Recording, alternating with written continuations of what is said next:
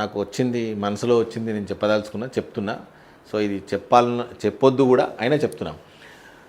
పహల్గామ్ ఉగ్రవాది దాడి తర్వాత ఈ సన్నాసి శాటిలైట్ ఛానల్స్ ఎవడైతే ఉన్నాడో, సో అండ్ సో సన్నాసులు ఉన్నారో, చైర్మన్లు ఎవడైతే, ఈ శాటిలైట్ చైర్మన్లు ఎవడైతే ఉన్నాడో, ఒక్కడు కూడా ఒక సరి అయినటువంటి సమాచారాన్ని కానీ, పహల్గామ్ దాడి గురించి కానీ ఒక నిబద్ధతతో రాసినటువంటి ఛానల్స్ చాలా తక్కువ ఉన్నాయి.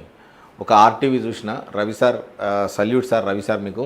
ఎందుకనంటే ప్రతి సెకండ్, ప్రతి మినిట్ ఆర్టీవీ ఇచ్చినటువంటి లైవ్ బ్రహ్మాండం.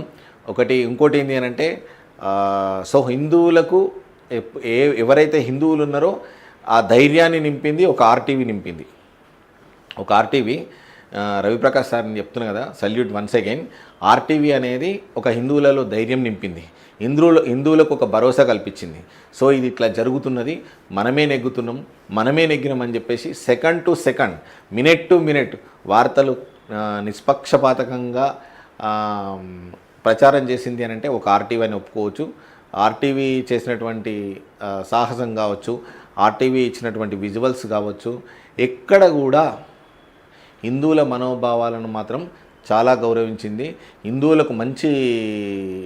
హిందువుల పక్షాన నిలబడి, హిందువుల పక్షాన కొట్లాడిన ఛానల్ ఏదైతే ఒకటి ఉంది అని అంటే అది ఆర్టీవీ అని చెప్పేసి 100% చెప్పుకోవచ్చు. ఈ సన్నాసులు, ఒక్క సన్నాసి కూడా శాటిలైట్ ఛానల్స్ కావచ్చు, వార్తా దినపత్రికలు కావచ్చు, ఎక్కడ కూడా హిందువుల పక్షాన ఖచ్చితంగా మేము నిలబడతాము, మేము ఉన్నాము అని చెప్పేసి కూడా ఎక్కడ కూడా ఒక న్యూస్, ఒక బులెటిన్ కూడా జస్ట్ ఒక 2 సెకండ్స్ కానీ 3 సెకండ్స్ కానీ ఇట్లా న్యూస్ అనేది రాలే. ఆర్టీవీలో వచ్చినటువంటి న్యూస్ను చాలామంది ప్రజలు లైక్ చేసిరు. ఆర్టీవీ కూడా ఎక్కడికో వెళ్ళిపోయిందని నేను అనుకుంటున్నా.